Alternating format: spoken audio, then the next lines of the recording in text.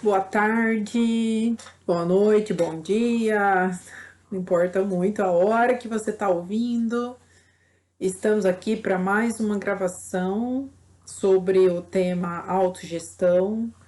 Nosso último encontro sobre a discussão do livro Academias Republicanas, a concepção de Rudolf Steiner sobre autogestão, estudo experiencial e autoeducação na vida de um colegiado de professores. Aqui, por mais que seja uma instituição de educação, nós não estamos falando especificamente de formação de professores, mas estamos usando, né, o conhecimento a respeito da autogestão de um espaço educativo e os conceitos e palavras, né, do nosso querido Rudolf Steiner, que eu gosto muito de chamar de Tio Steiner, a respeito desse processo, né, de autogestão da humanidade e as contribuições, né, que toda essa educação aí com mais de 100 anos podem oferecer para gente. O meu nome é Thaís, eu sou professora e sou permacultora. Eu falo diretamente aqui do Instituto Se Faz, uma casa permacultural localizada em Maringá, noroeste do Paraná. Então agradeço muito você que está aí do outro lado, ouvindo o nosso podcast, que tem o objetivo de disponibilizar de uma maneira gratuita, né, o acesso a esse material. E para você que gosta dessa temática, a gente vai continuar falando sobre autogestão. E na segunda-feira a gente começa, né, a falar a respeito do capítulo que envolve autogestão do livro de Economia Solidária do Paul Singer. Então, se você tem interesse, né, fica bem à vontade para poder participar ao vivo com a gente a partir do link, né? Às 2 da tarde. E você consegue também ouvir aqui depois, no momento que você puder, aqui pelo canal do Instituto Se Faz. A parte 6 dela se chama assim: Uma república pressupõe autoeducação. Então vamos lá começar a leitura.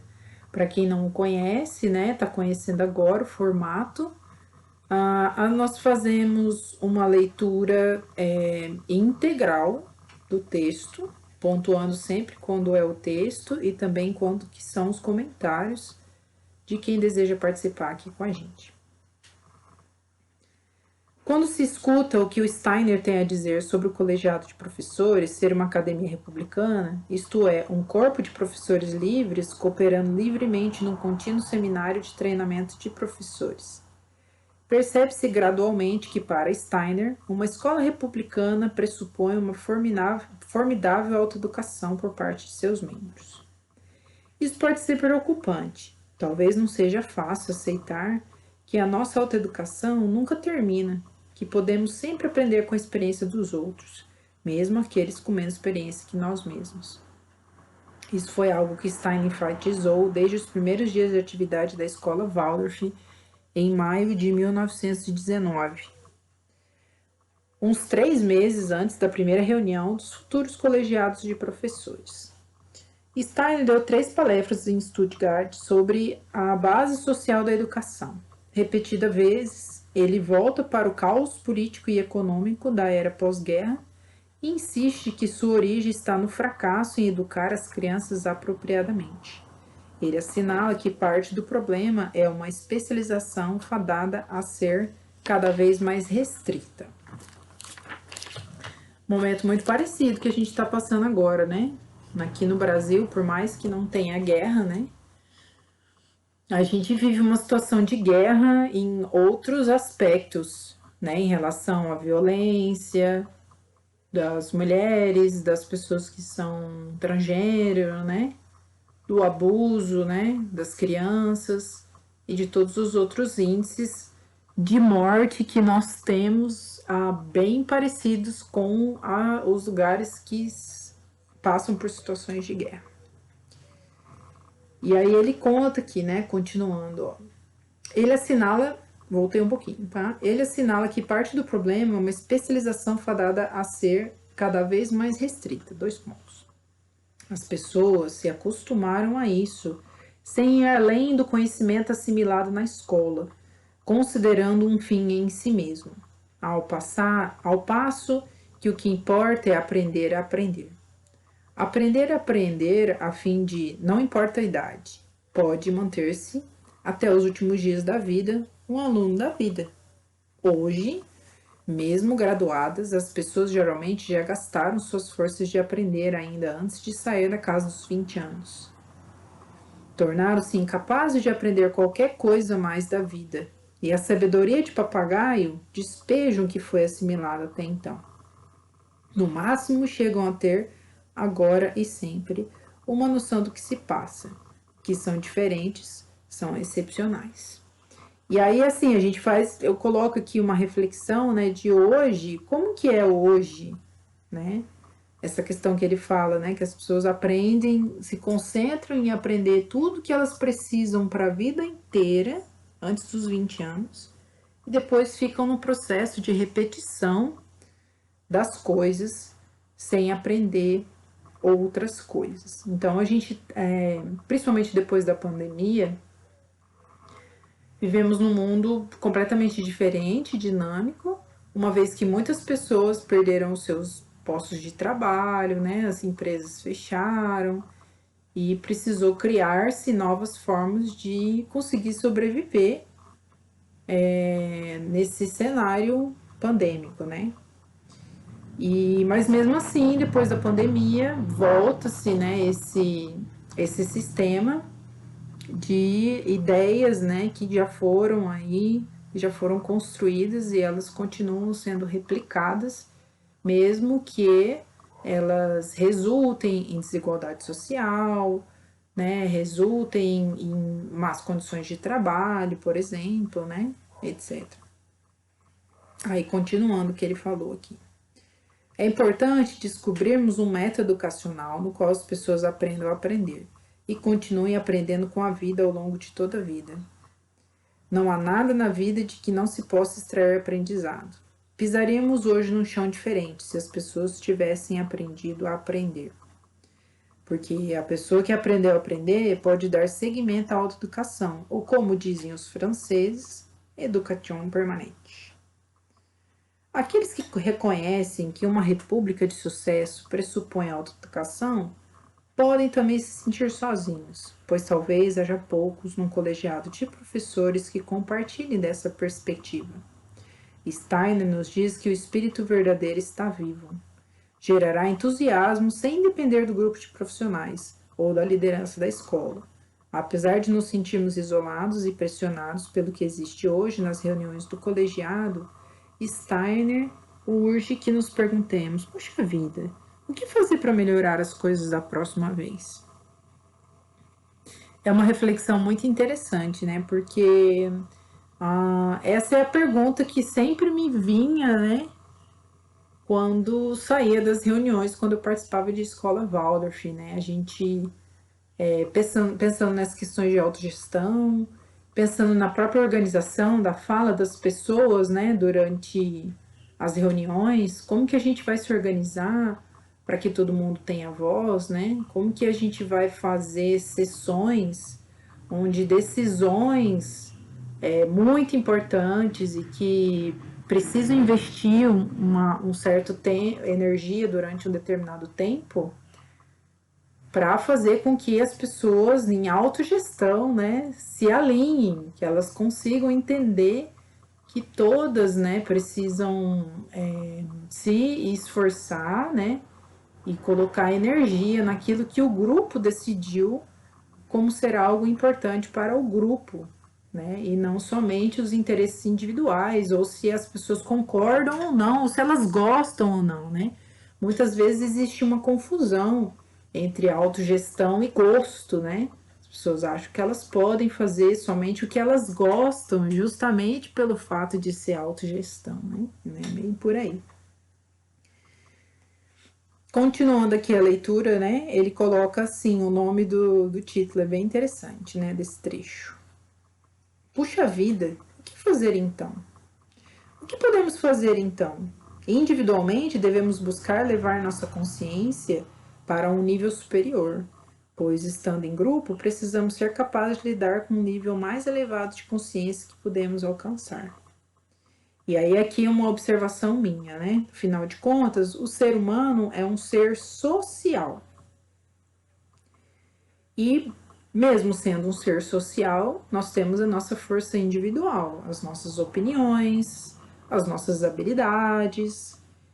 E assim como, né, todo o desenvolvimento humano, desde que nasceu, né, o nenenzinho lá nasceu, ele depende de um cuidado para poder conseguir sobreviver. Ele depende de que coloquem alimento para ele, porque ele não consegue se locomover para poder buscar comida e colocar na boca dele, né? Então a gente depende desde o nosso nascimento. E isso também acontece quando a gente vai fazer a passagem, né, pro outro plano.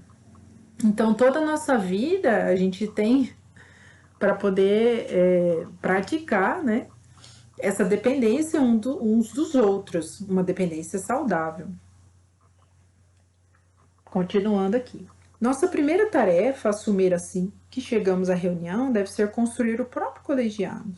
Claro que não se trata do lugar físico onde nos encontramos, apesar disso ser importante também. O que construímos é uma delicada constituição da reunião, e como a conduzimos, e se o fazemos ou não de forma consciente. A vida da escola, como um todo, sofrerá interferência. Vigilância e saber ouvir são necessários. Pare de ser sonâmbulo durante as reuniões. Implora Steiner. Acorda! E aí eu anotei aqui uma coisa muito interessante, porque para a gente observar, né, nessas reuniões, independente se tem hierarquia ou não, né? Quando a fala não é sua, o que você está fazendo? Você está mexendo no celular? Você está pensando em outra coisa?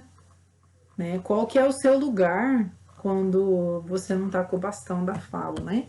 E aí é muito interessante que ele continua falando justamente a respeito disso. Olha lá o que ele fala. Estar vigilante é estar centrado e concentrado no assunto que estiver sendo abordado. Membros vigilantes de um colegiado posicionam-se na prática ativa de escutar, comprometendo-se intimamente com o que estiver sendo dito, mas contendo qualquer ímpeto em verbalizar suas reações imediatas. Buscando intimamente uma visualização da situação, uma imagem, uma parábola que ilumine a questão, escutando ativamente para que uma possível inspiração genuína invada a situação. Ideias frescas, novas possibilidades, reconciliações. Falando pouco, de forma concisa, objetivamente aprimorando o entendimento do grupo sobre a questão discutida. Não só sobre a discussão, sobre o que está sendo discutido, né? Mas da gente praticar uma escuta e uma fala ativa, porque muitas vezes existe o que está sendo discutido, por exemplo, a tomada de decisão em relação a como que a gente vai reformar a marcenaria da escola, né, o refeitório, como que a gente vai, né, reorganizar o quadro de professores, uma vez que a gente precisa de mais um professor de música, né? Ou o professor de música está saindo e a gente não tem um substituto, que vamos fazer, né? Então é muito importante a gente ter essa escuta ativa, não só nas tomadas de decisões, né? Mas também nas consequências quando a decisão vai ser tomada, né? Ah, o professor de música não vai sair, a gente não tem o substituto de música. Quem é o professor que vai estar? Ah, o fulano tem mais horário. A gente não sabe, precisa ouvir se o fulano com esse horário, entre aspas, que ele está disponível, que a gente está dizendo que ele está disponível, o que ele tem feito. Então a gente procura, né, antes de delegar, né, esse professor que vai ser o substituto, escutar o que ele tem a dizer em relação a essa nossa sugestão. Continuando aqui. Um verdadeiro colegiado de professores não existe simplesmente porque um grupo de professores se encontra com regularidade com essa nomenclatura. Steiner nos diz que quando antipatias pessoais se manifestam em discussões, não se pode dizer que há um mínimo da essência de um colegiado de professores. Um verdadeiro colegiado começa a existir onde há harmonia social. Da mesma forma, Um verdadeiro colegiado de professores só começa a existir quando uma proporção significativa daqueles presentes está desperta e escutando ativamente. Essa existência pode se dissolver se as pessoas se cansarem e deixarem de apoiar ativamente o procedimento saudável. Esse procedimento saudável, aí é uma anotação que eu fiz aqui, é o procedimento de autogestão. Então, quando ele fala bem assim, vou repetir aqui o final. Essa existência pode se dissolver se as pessoas se cansarem e deixarem de apoiar ativamente um procedimento saudável. O procedimento saudável de escuta e fala ativa e o procedimento de autogestão que a gente quer exercitar a partir dessa prática de uma escuta e uma fala ativa, né, direcionada para cumprir o objetivo do grupo, que é tomar essas decisões. Continuando aqui. Em terceiro lugar, um verdadeiro colegiado de professores não existe onde as questões administrativas sobrelevam discussões sobre a melhor forma de educar as crianças. Ele apenas começa a existir quando o foco prioritário da ação for como educar as crianças. E aí eu fiz uma anotação aqui, ó. Essas decisões, elas não podem, né, ser somente administrativas. Então, muitas vezes, o assunto urgente é o administrativo e ele vem em primeiro lugar na reunião para ser tomadas as decisões. Aí depois fala do pedagógico e depois retoma o administrativo para que o pedagógico seja executado. E o que ele está sugerindo é que a gente não traga o administrativo primeiro, né? Mas que o foco prioritário é a ação de como educar, e aí a partir disso as decisões administrativas são tomadas. E aí, continuando aqui, o outro tópico tá chamando assim, ó, que antes era o que fazer, né? Ah lá, puxa vida, o que fazer então? Foi o tópico que a gente leu agora, e vamos para o outro tópico. A emancipação da educação. O ponto de vista de Steiner sobre o colegiado de professores é um ideal desafiador. Mesmo que não tenha sido perfeitamente atingido, provou-se ser uma influência fértil. As centenas de escolas Waldorf distribuídas por diversos países formam o maior grupo no mundo de organizações não hierárquicas. Elas têm sido um importante laboratório de estudos de novos modelos sociais. Com todos os seus insucessos, há uma riqueza de experiências de como trabalhar sem patrões. Então, para você que trabalha em qualquer área, assim como eu falei no começo, a gente pode se inspirar nessa organização das escolas Waldorf, né? Uma vez que dentro da própria ciência espiritual e da antroposofia, existem estudos sobre economia, sobre administração antroposófica, né?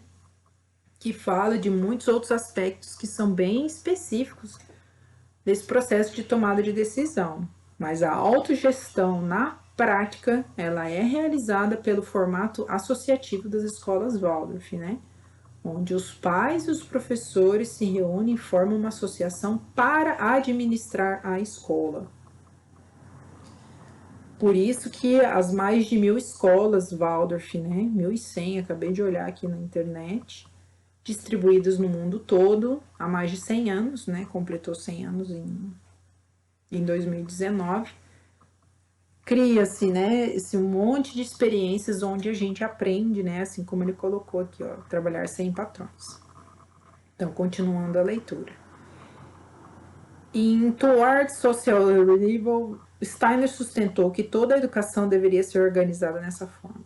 Os professores Waldorf foram impelidos a reconhecer a importância de haver consenso.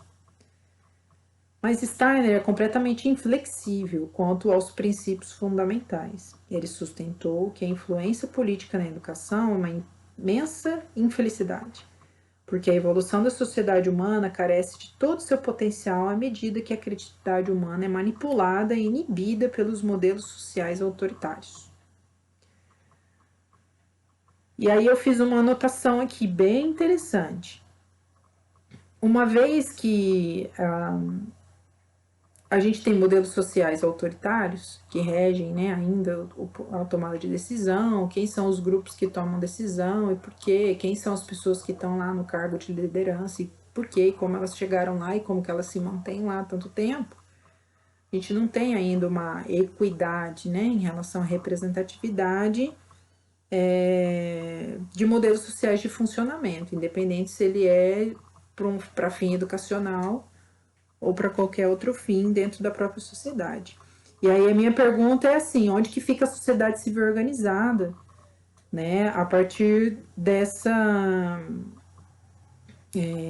possibilidade, né, dessa potência onde novos modelos podem ser criados. Então, por que que a sociedade civil organizada não estabelece, né, como meta a criação, o desenvolvimento, o aprimoramento, né, de formas de se organizar para a autogestão e principalmente direcionados para pequenos grupos, como associações, bairros, né, comunidades, onde a gente consegue atingir, né, um grupo de pessoas ali de 30, 40 indivíduos mais ou menos, que é o que a gente vê, o que se envolve, né, em um território para poder realizar as ações das necessidades da comunidade. Continuando aqui a leitura. Muito talento continuará a ser desperdiçado até que a educação se torne autogerida e os professores sejam livres para trabalhar com mais criatividade. A cultura humana amadureceu rumo à liberdade dentro dos moldes do Estado. Porém, não se pode exercer essa liberdade sem completa autonomia de ação. A natureza que a vida espiritual assumiu requer que ela seja um membro do organismo social completamente autônomo. A administração da educação, a partir da qual toda a cultura se desenvolve, deve ser entregue aos educadores. Os assuntos políticos e econômicos devem ser inteiramente excluídos dessa administração. Cada professor deve organizar o seu tempo para que possa ser um administrador na sua área. E ele deve atuar em casa nos assuntos administrativos da mesma forma que atua na sala de aula. Então é muito importante aqui uma observação, porque quando ele coloca assim, ó, os assuntos políticos e econômicos devem ser inteiramente excluídos dessa administração. Porque essa questão política e econômica, uma vez que a política e a economia são trilhos, né, vamos dizer assim, que vão pavimentar a caminhada e a administração é como que a gente anda, né, em cima desse chão. Então, o chão onde é feito a caminhada é decidido por todo o grupo coletivo que administra a escola, que é a associação. E a parte administrativa, como ele está sugerindo aqui esse trabalho de autogestão, aí seja direcionado para os professores. Principalmente, justamente por uma coisa que ele já falou lá nos capítulos anteriores, baseado numa experiência, né, real, os processos de tomada de decisão. Vamos lá. Ninguém deve tomar decisões sem estar diretamente ligados ao processo educacional. Um parlamento ou congresso, nem qualquer pessoa que talvez tenha sido uma vez educador será ouvido. A experiência advinda do processo de ensino fluiria então para a administração. E aí é uma coisa que é bem importante, porque todas essas instâncias, elas caminham de uma vez, né? As aulas estão acontecendo, os alunos estão indo para a escola, estão realizando as atividades, as questões econômicas e políticas, elas estão pairando ali como uma estrutura que faz funcionar, né, o dia a dia. E a gente precisa ter uma compreensão em grupo, né, de como que está sendo estabelecido, uma vez que a gente quer chegar no nosso objetivo de ter uma escola autogerida, né? Continuando aqui. As possíveis vantagens de uma separação na constituição da educação e da política atraíram apenas alguns interesses ao longo do século XX. É verdade que nos últimos anos, alguns países, como a França, reduziram o controle sobre o currículo escolar, ao passo que outros, como a Grã-Bretanha, restringiram severamente a educação do governo e a administração das escolas. E apesar de ser ainda essencialmente uma monárquica, a gestão das escolas se direcionou de certa forma para um estilo mais participativo. Escolas autogeridas, em diretores, coordenação local, nacional e internacional, sem burocracias educacionais do Estado. Alerta de Steiner pela emancipação da educação é raramente citado nas discussões dos grupos mais atuantes. E aí eu fiz uma observação aqui, muito particular, porque sem educação não existe caminho. Como que a gente vai transformar a sociedade se a gente não sabe como instruir as pessoas, né, para que elas tenham conhecimento e a partir desse conhecimento elas construam coletivamente, né, umas com as outras, essa sociedade que a gente almeja, mais igualitária, mais limpinha, né? Sem geração de tanto lixo, mais preocupada com a própria saúde, com a saúde do meio ambiente, dos outros seres que compartilham a existência aqui com a gente. Continuando aqui a leitura. Apesar de Steiner ter finalmente percebido que a total emancipação da educação seria uma luta longa e árdua, ele se manteve cheio de esperança de que o movimento da escola Waldorf jamais perdesse de vista o seu objetivo principal.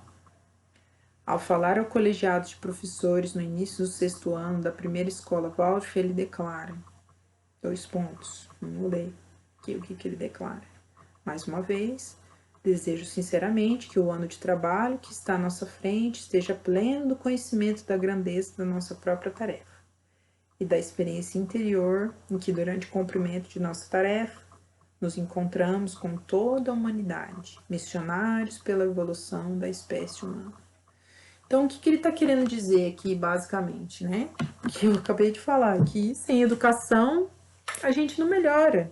Não é possível a gente evoluir enquanto espécie humana, porque a gente não tem instruções, né? Para poder continuar a nossa caminhada, né? Aí temos um outro tópico aqui, ó. A necessidade de desenvolver habilidades de trabalho em equipe. Então, vamos ver o que ele fala a respeito disso. Os missionários, entretanto, precisam estar atualizados. Fazemos bem em lembrar o alerta de Steiner aos professores para que se interessem por todos os aspectos do mundo moderno. Precisamos assegurar que o nosso entendimento sobre a melhor forma de trabalhar como um colegiado de professores aceite qualquer intuição valiosa, qualquer que seja sua origem. Há especialmente toda uma organização de pesquisas do século XX em dinâmicas de grupo que contém verdadeiras pérolas, assim como ostras vazias. Um breve estudo de habilidades essenciais para as reuniões pode ser inestimável. Muitos grupos poderiam aprender bastante sobre como parar de impedir o trabalho em equipe se aproveitassem o tempo para trabalhar com as descobertas de Wilfred Bion sobre as emoções primitivas de grupo. Há muito mais que merece uma atenção especial. Então, eu fiz uma anotação aqui, bem importante, que é em relação aos processos de tomada de decisão em coletivo.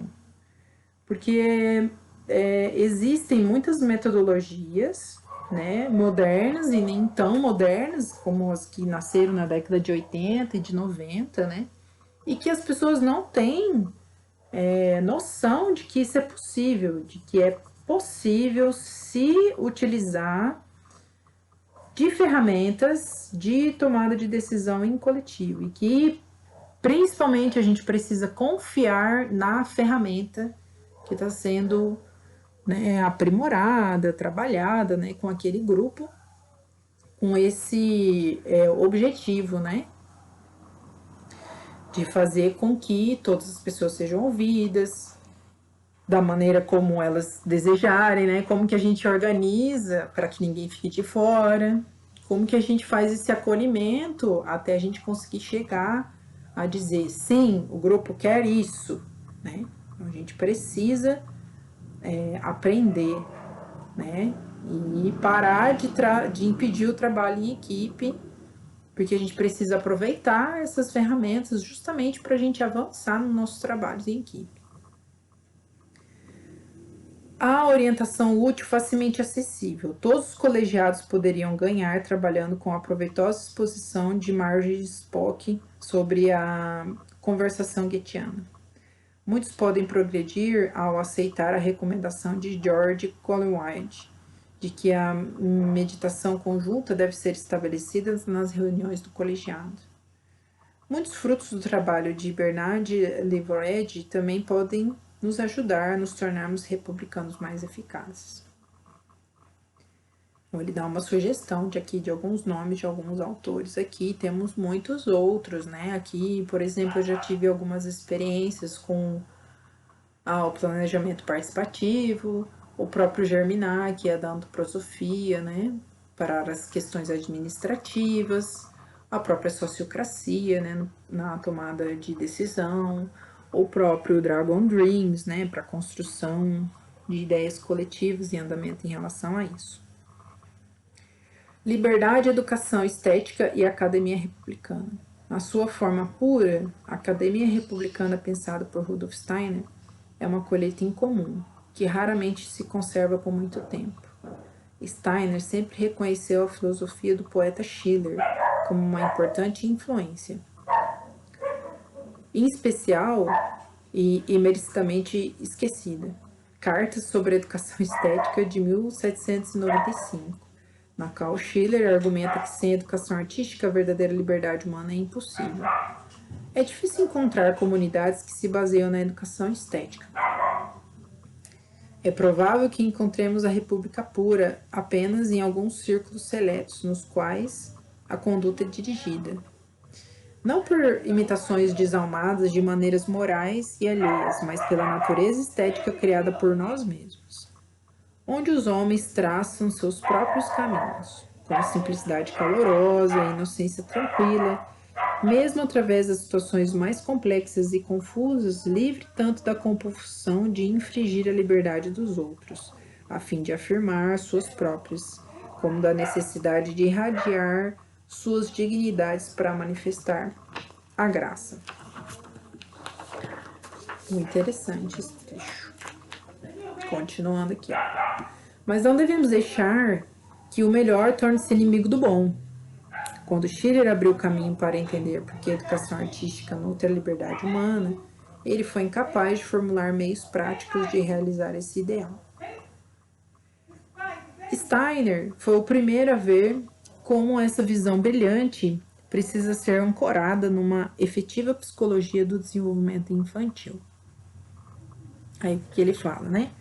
Um verdadeiro permear pela arte social da nossa comunidade através da educação proporcionaria uma autêntica cultura da vontade. Posto que não se pode ter vontade sem tê-la extraída a partir de uma educação artística genuína. Perceber esse segredo da conexão entre a arte e a vida, especialmente como um elemento vontade, no homem, é uma das primeiras exigências da futura educação psicológica. E no futuro, toda educação deve ser psicológica. Então, uma coisa que é bem interessante, assim, que eu vi acontecer, que era como que eu posso dizer? Uma demonstração de uma manifestação coletiva em silêncio. Então, era uma prática de arte social, né, dessa disciplina dentro da formação, né, do seminário de professores Waldorf, do qual eu participei lá em Recife. E aí, era assim, era numa fazenda e tinha, né, salas de aula, uma escola na fazenda que cedia o espaço da escola para que a formação acontecesse lá. Então, tinha um grande salão e era numa fazenda, com muita natureza em volta. Então, nessa dinâmica, era aproximadamente umas 35 pessoas, mais ou menos. E elas precisavam, né, sair dali, de onde elas estavam, na sala ali, naqueles grande salão, E elas iam usar o chão do salão, né, o espaço lá, delimitar o espaço que ia ser utilizado, bem grande, inclusive, para que eles recolhessem elementos naturais que eles fossem encontrar nessa voltinha, que eles fossem dar, que eles pegassem esses elementos e começassem a trazer para esse espaço em comum. E que eles fizessem todo esse movimento em silêncio. Então, que eles andassem sozinhos para coletar o que eles achassem interessante e também na hora de colocar lá no lugar também fizessem silêncio e que não tivessem nem contato visual uns com os outros, né? Para ser aquela coisa bem introspectiva. E aí, minha gente, no final de todo esse processo, ficou desenhado uma mandala no chão. Incrível, maravilhosa, não consigo nem descrever. Né? Eu só fui lá ver depois, no final, que a gente foi lá ver. Né? A nossa turma, que não era a turma que estava fazendo aquilo, mas era uma turma que estava estudando também, mas a gente não participou da dinâmica. Mas a gente viu o resultado depois.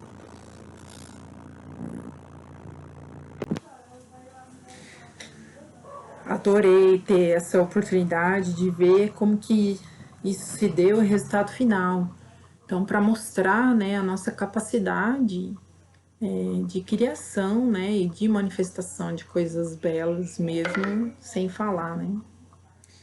Continuando aqui a leitura. Schiller acertou em prever que haveria pelo menos um século para que as conclusões de suas descobertas resultassem em efeitos práticos. Porém, agora que mais de um século se passou, a escola Waldorf traz consigo quase mais de 80 anos de experiência prática de educação estética autogerida. No século XXI, uma das alternativas para os modelos autoritários ainda predominantes nas tão chamadas democracias, que ele coloca entre aspas, do mundo industrializado serão procuradas com crescente urgência. A experiência da educação Waldorf tem muito a oferecer para essa busca de novas formas de organização social, que liberem a criatividade humana, uma contribuição realmente eficaz para intensificar o movimento para uma mudança social, que dependerá do movimento da escola Waldorf compreender uma compreensão de forma bem mais consistente a impossibilidade de os professores serem livres para trabalhar criativamente sem a autogestão republicana, estudo experiencial e autoeducação continuada. E assim, na minha perspectiva, enquanto empreendedora, é assim, se a gente não conseguir trabalhar, né, criativamente, sem autogestão, sem estudar as coisas que a gente faz, né, e sem uma autoeducação continuada, a gente não consegue avançar. Então, quais são os tipos de incentivo que a gente tem para o desenvolvimento do empreendimento, né, autogerado, né, assim pode-se dizer, dentro dos grupos de um modelo de sociedade que a gente almeja, né, sendo que a gente está aí o tempo todo reclamando das coisas que a gente não quer mais e a gente não se ocupa, né, de estudar as coisas que a gente acha interessante, se aprofundar nelas e construir, né, experiências profundas e bem descritas e de caráter experiencial, porém com uma intenção, né, de estruturar essa nova forma que a gente quer caminhar daqui para frente. Então, agradeço você que ficou aí até o final e que tem acompanhado, né, as leituras conforme as semanas foram passando. Para você também que ouviu depois de um tempão, mas acompanhou aí na sequência as nossas leituras e as nossas discussões.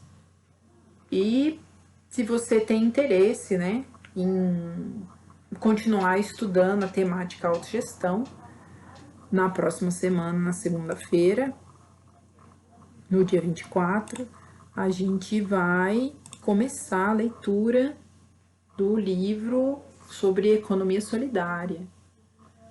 E a gente vai falar especificamente do capítulo sobre autogestão. Um abraço para todos aí e bons estudos para a gente.